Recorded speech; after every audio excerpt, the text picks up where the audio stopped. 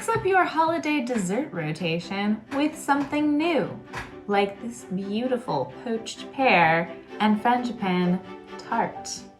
It's not quite a pie and it's not quite a tart. I just prefer the more flaky butteriness of a kind of puff pastry than the kind of cookie-like sweeter texture of a tart crust. But poached pear frangipane pie sounds kind of weird, so I'm calling it a tart. Hi, I'm Liv, and welcome to the Leopard Lodge. If you're new here, this is a channel dedicated to creative projects in the home. This is pretty good, I gotta say.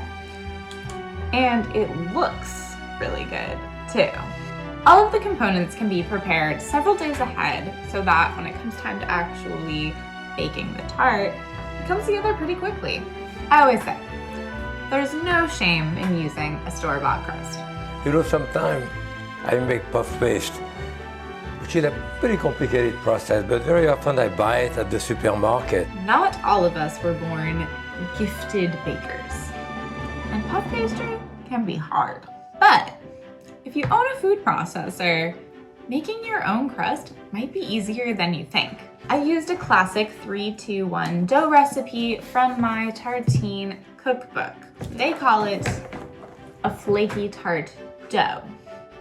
So maybe this is a flaky tart, and that's what we'll call it.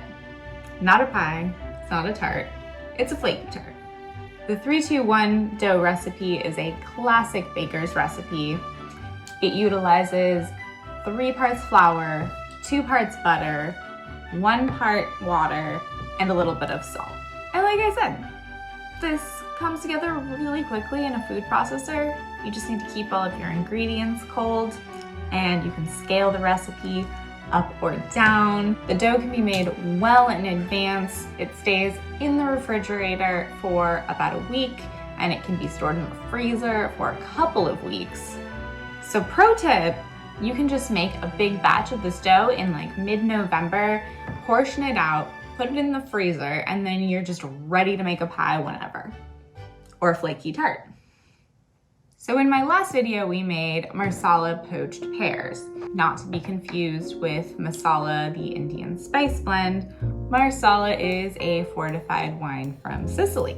Go watch that video first, find out how to do it, and then come back and make this tart. You can do the pears a couple of days in advance, and they can sit in their cooking liquid in the fridge, and honestly, they'll be even better. So it's a win-win. Make your frangipane. Essentially, frangipane is an almond concoction that's somewhere between a custard and a cake, and is often used to fill tarts. Another simple and easy to remember recipe. This uses equal parts of all of its ingredients, so it's very easy to scale up and down as needed. The kitchen scale is going to be your friend here. The key is to measure the egg first, because that is the weight that you will base the rest of your ingredients on. Once you've weighed the egg, set it aside in a bowl and measure out the same amount for the butter and the sugar.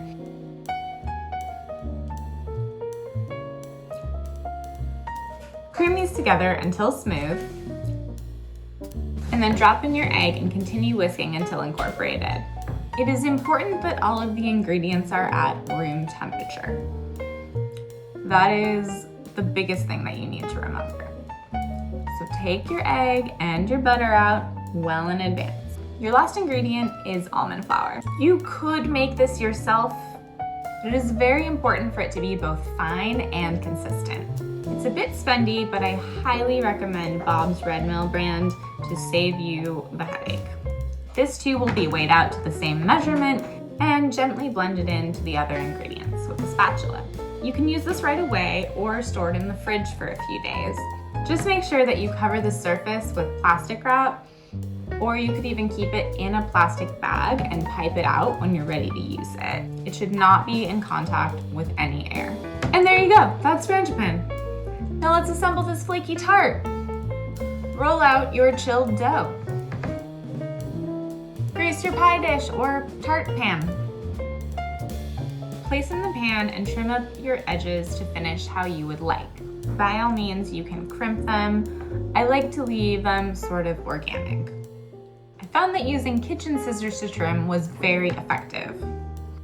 Use parchment paper over the crust with pie weights. If you don't have pie weights, you can use dried beans or rice. You can even save these in a special jar and use them again in the future.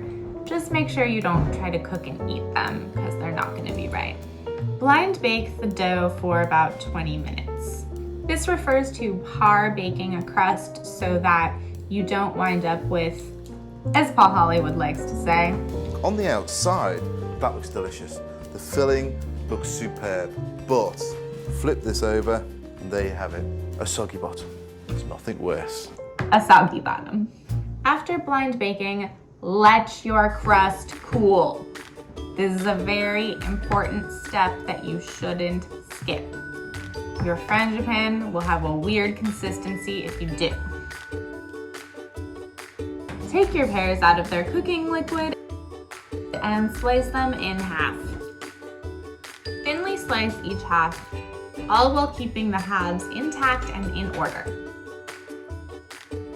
Set these aside for a moment. Take your cooled shell and fill it with frangipane. I should have grabbed my offset spatula for this. It would have made my life easier. And as I said, it can also be done by piping it out of a bag.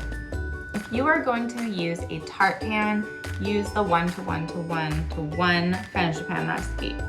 If you are going to use a pie dish, you can double it. In this video, I am using a pie dish because it is all that I have, but I wanted more of a tart effect.